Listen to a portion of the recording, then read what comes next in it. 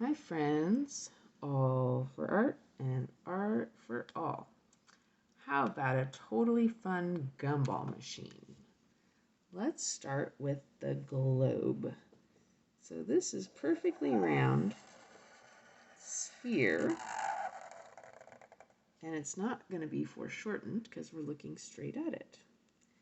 It's going to be on a stand, so I'm going to do a arch below it and then round out. I'm going to pretend this keeps going behind it and go out that side. Now the base of this has a little thickness, so I come straight down, and then copy that contour. I'm going to come in some on both sides and try and come in the same distance. This is the pedestal it's on. Come straight down, come straight down. I'm going to leave myself room to draw my little place I put my money.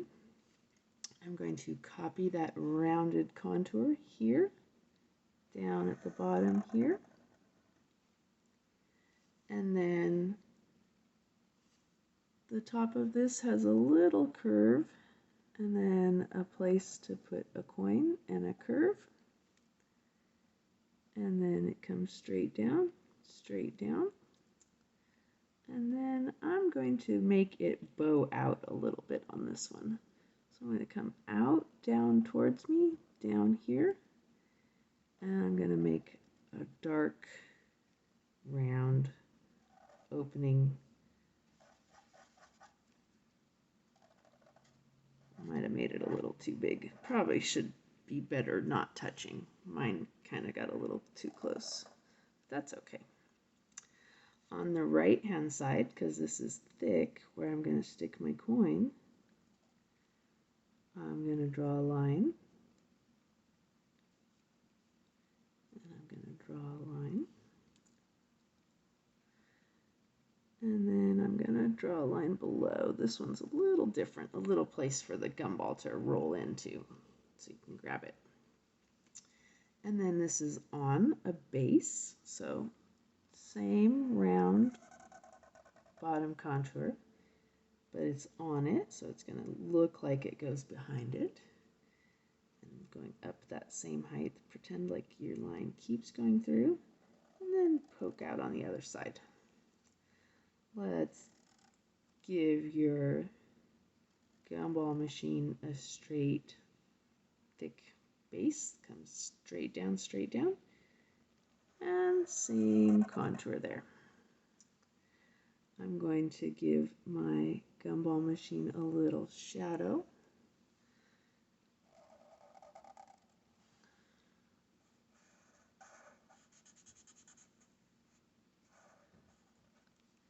And I'm going to give it a little thickness here. And a little bit of a dark band here on one side. It'll just help make it look that much more 3D. And then a couple little extra lines. Oops, don't want those to look stripy. And then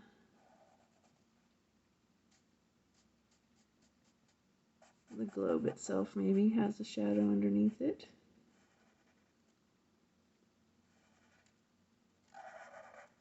So there's the shadow of the globe. And then I gave my glass some thickness, which is optional. Just the littlest line. Maybe I don't even connect it everywhere. The thickness of the glass.